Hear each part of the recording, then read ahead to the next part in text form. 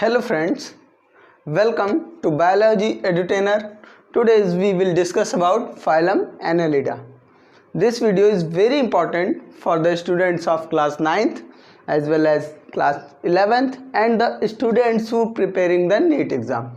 Clear? So we will discuss about the topic phylum Annelida. Clear? First of all, we will discuss about the term Annelida. It is derived from the Greek word annulus. हम क्यों इसको Annelida बोलते हैं? तो ये किससे मिलकर बना है? Annulus. Annulus means ring. Annulus means ring. In the Annelida, the rings are repeated. Rings are repeated. The repetition of any organs is called metameres in biology. So, the rings of Annelida called metameric ring. These rings are called metameric ring. Clear? थोड़ा सा समझिएगा मेटामियर्स क्या है. मेटामियर्स को एक बार मैं फिर से बता दे रहा हूँ. बायोलॉजी में अगर आपको पढ़ना है तो मेटामियर्स का मतलब होता है रिपीटिशन ऑफ ऑर्गन्स. क्लियर? कोई भी ऑर्गन्स अगर रिपीट कर रहे हैं बार बार तो उसको क्या कहेंगे? मेटामियर्स. तो एनालिड्स की बात की जाए तो इनमें रिंग्स रिपीट हो रही हैं. दैट्स वाई आप यहाँ लिखा हुआ देखेंगे एनसीईआरटी में क्लियरली मेंशन है in the annelids metameric rings are found. What is a metameric ring? It means rings are repeated, continuous repetition of these rings. Rings are of two types, lateral as well as longitudinal. Clear? अब इन्हीं lateral और longitudinal rings के बीच में contraction होगा और उस contraction से इनका locomotion होगा अगर ये terrestrial हैं तो. अगर हम habitat की बात करें तो ये दोनों habitat में होते हैं, aquatic में भी और terrestrial में भी, और साथ ही साथ ये parasitic भी होते हैं. In aquatic form, Nereis, as you see in the figure, having lateral appendages called parapodia for the locomotion,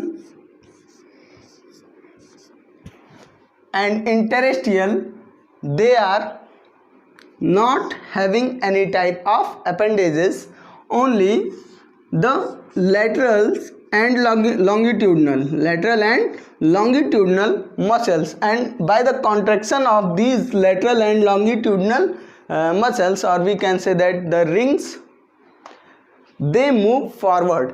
जैसे कि हम देखते हैं, ये आप कभी किसी अर्थवर्म को या केचुए को आपने चलते हुए देखा होगा तो ये इस तरीके से आपने देखा होगा चलते हुए, देख रहे हैं आपको. सो ये क्या है? एक तो उसकी फॉरवर्ड रिंग हो गई, एक उसकी कैसी रिंग है? एक लॉन्गिट्यूडनल रिंग है और एक उसकी कौन सी रिंग है? लेटरल रिंग है. तो दोनों में जब कॉन्ट्रैक्शन होता है तो उस कॉन्ट्रैक्शन के थ्रू ये क्या करते हैं? फॉरवर्ड मूवमेंट करते हैं. क्लियर? तो जो एक्वेटिक एनिमल्स हैं लाइक नीरिस, उनमें जो मूवमेंट होता है वो किसके थ्रू होता है? वो होता है पैरापोडिया के थ्रू. ये क्या है? लेटरल अपेंडेज है. और जो टेरेस्ट्रियल एनिमल हैं लाइक अर्थवर्म, उनमें जो इनके लेटरल और लॉन्गिट्यूडिनल, या ऐसे कहें कि इनके दोनों टाइप के रिंग्स, एक लॉन्गिट्यूडिनल और एक लेटरल, दोनों में एक कॉन्ट्रैक्शन डेवलप होता है और उस कॉन्ट्रैक्शन के थ्रू ये क्या करते हैं? मूवमेंट करते हैं. एक ये रिंग हो गई, क्लियर, और एक ये रिंग हो गई. अब इन दोनों में क्या हो रहा है? कॉन्ट्रैक्शन हो रहा है, बिल्कुल इस टाइप का जैसे आपको दिख रहा है.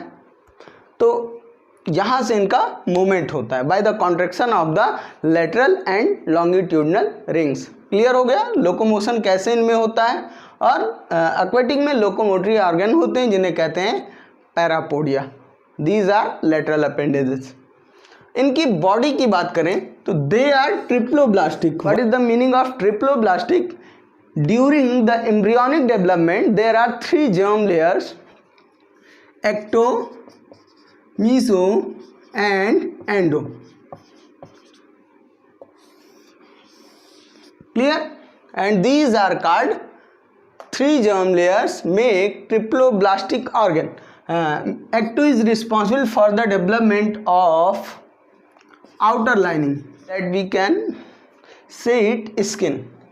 The mesoderm is responsible for the development of internal organs, and endoderm is responsible for the inner lining of any individual, like breast borders, like mucosal wall. Clear? So organ level of organization takes place in the annelids. Why? Because they are triploblastic and having mesoderm layer. Clear? अगर आपको और detail में इसकी जानकारी चाहिए, मैं description में link आपको दे दूंगा, वहां से उस वीडियो को आप देख सकते हैं. That is based on the basis of classification of kingdom Animalia. Clear? तो लोकोमोशन हो गया, बॉडी इनकी ट्रिप्लोब्लास्टिक होती है, and the symmetry is bilateral. Symmetry is bilateral. What is the bilateral symmetry? Means longitudinally अगर आप कट करोगे इनको, इनकी बॉडी को longitudinally अगर कट करोगे तो ही ये इक्वल डिवाइड होंगे, like human being.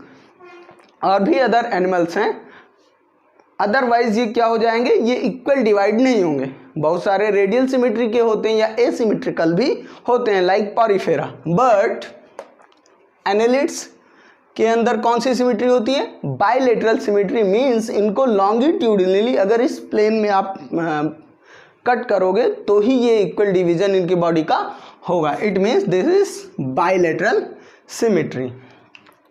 And having closed vascular system. Closed vascular system means जो ट्रैक होता है ब्लड के ट्रांसपोर्ट का, वो क्या होता है?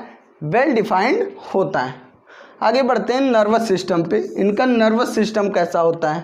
नर्वस सिस्टम है 2 ganglia, that is called pair of ganglia. They are connected with the lateral nerves and jointed with the double nerve cord. This is the nervous system of annelids. Clear? In mammals there is only single nerve cord. We have only single nerve cord, but they have double nerve cord joined with the paired ganglia by the help of lateral nerve. Clear? This is the system, nervous system of annelids. यानी nervous annelids में nervous system इस type का होता है. आगे अगर बात की जाए तो दे आर डायोसियस और मोनोसियस. मीन्स इनकी बॉडी में जो सेक्सेज होंगे वो सेपरेट भी हो सकते हैं और एक ही बॉडी में भी हो सकते हैं. क्लियर? मीन्स या तो ये डायोसियस होंगे और या तो मोनोसियस होंगे. क्लियर? तो जो डायोसियस होते हैं वो क्या होते हैं? नीरिस. एंड जो मोनोसियस होते हैं वो क्या होते हैं? अर्थवर्म. मीन्स अर्थवर्म में सेक्सेस सेपरेट नहीं होते. मीन्स एक ही बॉडी में both male and female sex organ होते हैं. और अगर नीरिस की बात की जाए तो मेल और फीमेल सेक्स ऑर्गन अलग अलग डिफरेंट बॉडी में होते हैं. क्लियर हो गई बात?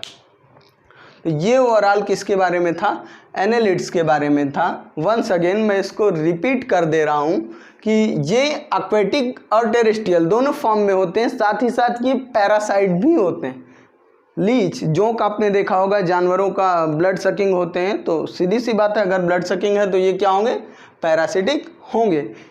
इनमें ट्रिप्लोब्लास्टिक यानी ट्रिपल जर्म लेयर होती है ड्यूरिंग द एम्ब्रियोनिक डेवलपमेंट. साथ ही साथ सिमेट्री कैसी होगी? बाइलेटरल होगी. मीन्स बॉडी को लॉन्गिट्यूडनल प्लेन में अगर आप कट करोगे तभी ये इक्वल डिवीजन में आएंगे, वरना इक्वली डिवाइड नहीं होंगे. और लोकोमोशन के लिए या तो जो एक्वेटिक एनिमल्स होते हैं उनमें होते हैं parapodia, it means lateral appendages. और अगर बात की जाए टेरेस्ट्रियल एनिमल्स की तो टेरेस्ट्रियल लाइक दैट अर्थवर्म, उनमें लॉन्गिट्यूडिनल रिंग्स और लेटरल रिंग्स, इन दोनों के बीच में कॉन्ट्रैक्शन डेवलप होता है और उस कॉन्ट्रैक्शन के थ्रू क्या होते हैं? ये कुछ इस तरीके से फॉरवर्ड मूवमेंट करते हैं. क्लियर? आगे इनमें क्लोज्ड वेस्कुलर सिस्टम होता है.